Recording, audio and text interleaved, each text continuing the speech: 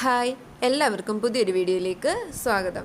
സൂര്യ അഞ്ജലിയും കൂടെ നിന്ന് സംസാരിക്കുന്ന കാണുമ്പോൾ പ്രഭയ്ക്ക് പല സംശയവും തോന്നുന്നുണ്ട്. പിന്നീട് പ്രഭ മനുവിൻ്റെ അടുത്ത് നിന്ന് പറയുന്നുണ്ട് സൂര്യ അഞ്ജലി തമ്മിലുള്ള ബന്ധത്തിൽ സംശയം ഉണ്ടെന്ന രീതിയിൽ. അതിനു മുമ്പ് പ്രകാശ് ശരിക്കും ഈ വീട്ടിലെ ആരാന്നൊക്കെ ചോദിക്കുന്നുണ്ട്. മനു പറയുന്നുണ്ട് പ്രകാശിൻ്റെ അച്ഛൻ ഇവിടുത്തെ ഡ്രൈവറായിരുന്നു, എന്നെ രക്ഷിക്കുന്നതിൻ്റെ ഇടയിലാണ് അങ്കിൾ മരിച്ചുപോയത്. അതിൽ പിന്നെ പ്രകാശിൻ്റെ കാര്യങ്ങളെല്ലാം നോക്കുന്നത് ഞങ്ങളാണ്. ഈ വീട്ടുമായിട്ട് പ്രകാശിന് അത്രത്തോളം ഒരു ആത്മബന്ധം ഉണ്ടെന്ന്. പ്രകാശിൻ്റെ അമ്മയ്ക്കാണെങ്കിൽ ജന്മനാ കാഴ്ചശക്തി ഇല്ല. അങ്കിളും കൂടി മരിച്ചപ്പോഴത്തേക്കും ആകെ തകർന്നു പോയി. ഇപ്പം വൃദ്ധസദനത്തിലാണ് കഴിയുന്നത്. അങ്ങനെ സൂര്യയെപ്പറ്റി പലതും പറയുന്നുണ്ട്. യാമിനി ചോദിക്കുന്നുണ്ട് നിങ്ങൾക്ക് പ്രകാശിനോടുള്ള അതേ അടുപ്പം തന്നെയാണോ അഞ്ജലിക്കും പ്രകാശിനോട്? അതെന്താ ചിറ്റ അങ്ങനെ ചോദിച്ചെന്ന് മനു ചോദിക്കുന്നുണ്ട്. യാമിനി പറയും അവരുടെ ബന്ധത്തിൽ എനിക്ക് കുറച്ച് സംശയമുണ്ട്, അതുപോലെ അവരുടെ സംസാരമൊക്കെ. പക്ഷെ മനു അത് യാമിനി പറയുന്നതെല്ലാം വിശ്വസിക്കുന്ന തരത്തിലല്ല നിൽക്കുന്നത്. അഞ്ജലിയെ സപ്പോർട്ട് ചെയ്തൊക്കെ സംസാരിക്കും. എന്നാലും യാമിനി പരമാവധി മനുവിൻ്റെ ഉള്ളിൽ വിഷം കുത്തിവെക്കാൻ ശ്രമിക്കുന്നുമുണ്ട്. യാമിനിയുടെ മുന്നിൽ അത് കാണിച്ചില്ലെങ്കിലും മനുവിൻ്റെ ഉള്ളിൽ അഞ്ജലിയെക്കുറിച്ചുള്ള സംശയം കൂടി വരുവാണ് ചെയ്യുന്നത്. ഇതേ സമയം മൈഥിലിയും പ്രഭയോട് അഞ്ജലിയെക്കുറിച്ചുള്ള കുറ്റങ്ങൾ പറയാനാണ് ശ്രമിക്കുന്നത്.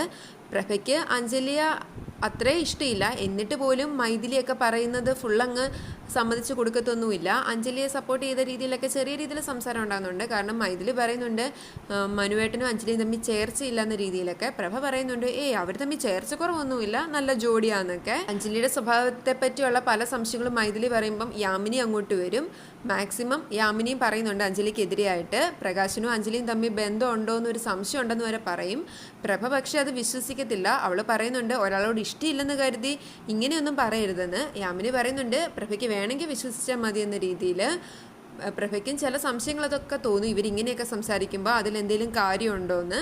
പിന്നീട് വിനോദിനിയും യാമിനിയും മൈഥിലിയും കൂടി പ്ലാൻ ചെയ്യുന്നുണ്ട് എങ്ങനെ അഞ്ജലി ആ വീട്ടിൽ നിന്ന് പുറത്താക്കാം, സ്വത്തുക്കളൊക്കെ കൈക്കലാക്കാമെന്ന്. യാമിനി പറയുന്നുണ്ട് പ്രകാശും അഞ്ജലിയും തമ്മിൽ എന്തോ ഒരു ബന്ധമുണ്ട്, അത് ഉറപ്പാണ്. പക്ഷെ എന്താണെന്നുള്ള കാര്യം വ്യക്തമല്ല. മൈഥിലി പറയുന്നുണ്ട് എന്താണേലും പ്രകാശിനെ ഈ വീട്ടിൽ നിന്ന് ചവിട്ടി പുറത്താക്കണം, അവൻ എന്നെ കുറേ ഇട്ട് കളിയാക്കിയതല്ലേന്നൊക്കെ. വിനോദിനി പറയുന്നുണ്ട് പ്രകാശിനെ നമ്മുടെ കൂടെ നിർത്തിക്കഴിഞ്ഞാൽ നമുക്ക് ഗുണം ഉണ്ടാവുമെന്ന് നമ്മൾ ആദ്യം ചിന്തിക്കണം. മൈഥിലി പറയുന്നുണ്ട് അവനെ നമ്മുടെ കൂടെ ഒന്നും നിർത്തണ്ടെന്ന്.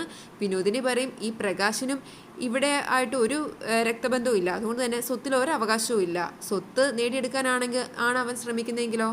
യാമിനി പറയുന്നുണ്ട് എന്താണേലും അഞ്ജലി മാത്രമല്ല അവൻ്റെ ലക്ഷ്യം. കുറേ ദിവസമായിട്ട് ഞാൻ അവനെ വാച്ച് ചെയ്യുന്നുണ്ടായിരുന്നു, വേറെ എന്തൊക്കെയോ ലക്ഷ്യങ്ങൾ അവനുണ്ടെന്ന്.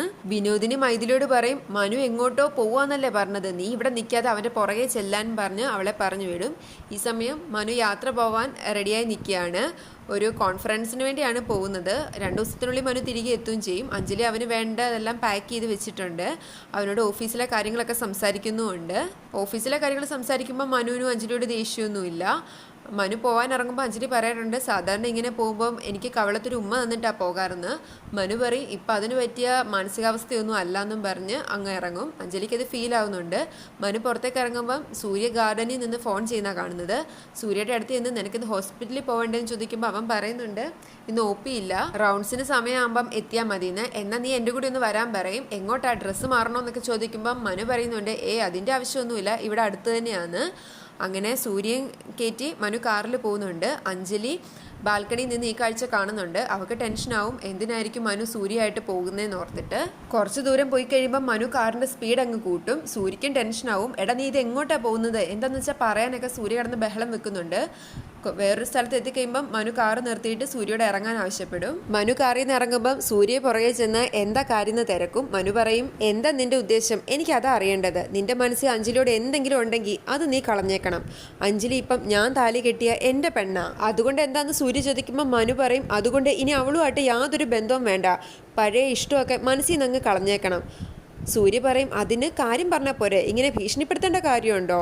മനു പറയും ഞാൻ ഭീഷണിപ്പെടുത്തിയതൊന്നും അല്ല, ഇക്കാര്യത്തിൽ ഞാൻ ഏറ്റവും സൗമ്യമായിട്ട് പറയുന്ന ഭാഷ ഇതാണ്, ഇനി ആവർത്തിക്കരുത്, ഇനിയും അഞ്ജലിയോട് അടുത്തുകൂടാൻ ശ്രമിക്കരുത്. സൂര്യ പറയും ഞാൻ അങ്ങനെ ശ്രമിച്ചിട്ടില്ല, പക്ഷെ അഞ്ജലിയുടെ കാര്യം എങ്ങനെയാണെന്ന് എനിക്കറിയില്ല.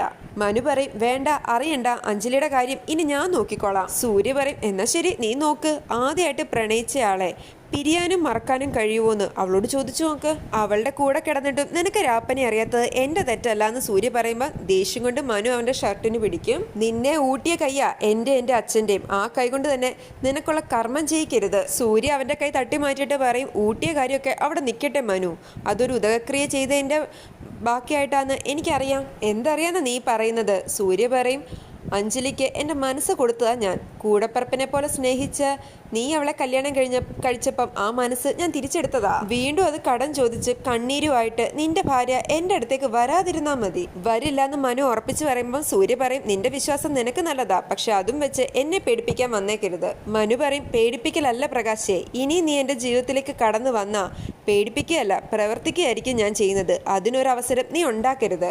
അതും പറഞ്ഞ ദേഷ്യത്തോടെ മനു അവിടുന്ന് പോകും. സൂര്യ ഒരു പുച്ഛത്തോടെ അവൻ്റെ പോക്ക് നോക്കി നിൽക്കുന്ന കാണിച്ചാണ് എപ്പിസോഡ് അവസാനിക്കുന്നത്.